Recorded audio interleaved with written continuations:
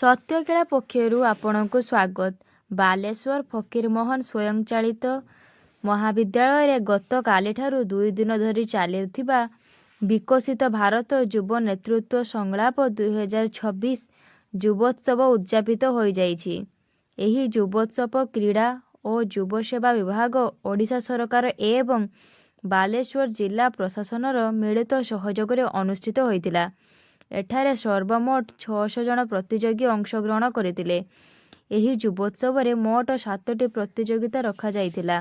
ଏଥିସହିତ ବିଭିନ୍ନ ସାଂସ୍କୃତିକ କାର୍ଯ୍ୟମାନ ଅନୁଷ୍ଠିତ ହୋଇଥିଲା। ଏହି ପ୍ରତିଯୋଗିତାରେ ଏକମ, ଦ୍ୱିତୀୟ ଏବଂ ତୃତୀୟ ସ୍ଥାନ ଅଧିକାର କରିଥିବା ଯୁବକ ଓ ଯୁବତୀମାନଙ୍କୁ ନଗଦ ଅର୍ଥରାଶି ଓ ମାନପତ୍ର ଦେଇ ସମ୍ମାନିତ କରାଯାଇଛି।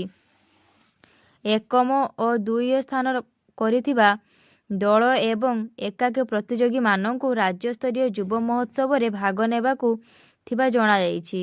ଉଦଯାପନୀ ସମାରୋହରେ ଅତିରିକ୍ତ ଜିଲ୍ଲାପାଳ ସୁଧାକର ନାୟକ, ଜିଲ୍ଲା ସମାଜ ମଙ୍ଗଳ ଅଧିକାରୀ ପ୍ରତିଭା ବେହେରା, ଜିଲ୍ଲା କ୍ରୀଡ଼ା ଅଧିକାରୀ, ଜିଲ୍ଲା ଶିଶୁ ସୁରକ୍ଷା ଅଧିକାରୀ ଖୁସିରାମ ଗହରୀ ପ୍ରମୁଖ ଉପସ୍ଥିତ ଥିଲେ।